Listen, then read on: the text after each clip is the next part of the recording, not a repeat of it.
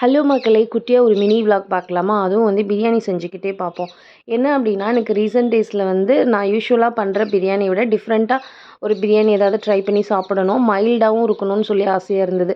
சரி, நான் எப்பயுமே வந்து திண்டுக்கல் ஸ்டைல் பிரியாணி தான் வந்து பண்ணுவேன், அந்த தலப்பாக்கட்டி ஸ்டைல் பிரியாணி.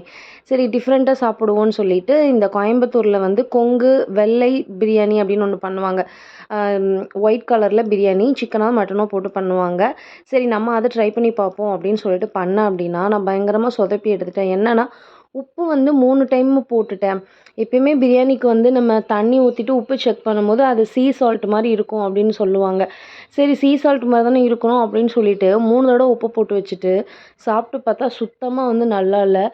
ஒரு வாய் சோறு ஒரு வாய் தண்ணி அந்த மாதிரி தான் இருந்தது. அதனால் டேஸ்ட்டு பிடிக்காதனால தான் இந்த ரெசிபியை வந்து வீடியோவாக எடுத்து போட முடியல. அதுக்கப்புறம் அந்த கவலையிலே வந்து பார்த்திங்கன்னா, அந்த அன்னைக்கு பார்த்து டிவியில் வந்து ஜீ திரை அதில் வந்து அயோத்தி மூவி ஒன்று போட்டிருந்தாங்க. அந்த படத்தை அன்றைக்கி தான் ஃபர்ஸ்ட் டைம் பார்த்தேன். உண்மையிலேயே வந்து செம்ம படங்க.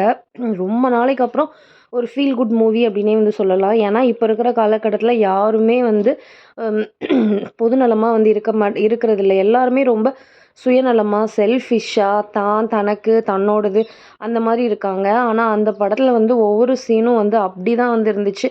அதில் ஒரு சீன்லலாம் வந்து அவரோட ஃப்ரெண்டு அந்த ஹெல்ப் பண்ணுறதுக்காக அவர் வந்து பைக்கே விற்றுட்டு அவர் வந்து இது பண்ணுவார். பயங்கர ரிஸ்க் எடுத்து பண்ணுவார். பட் ரியல் லைஃப்பில் இந்த மாதிரி யாராவது பண்ணுவாங்களா அப்படின்னு கேட்டால் உண்மையிலே ஆச்சரியப்படுற மாதிரி தான் வந்து இருக்குது.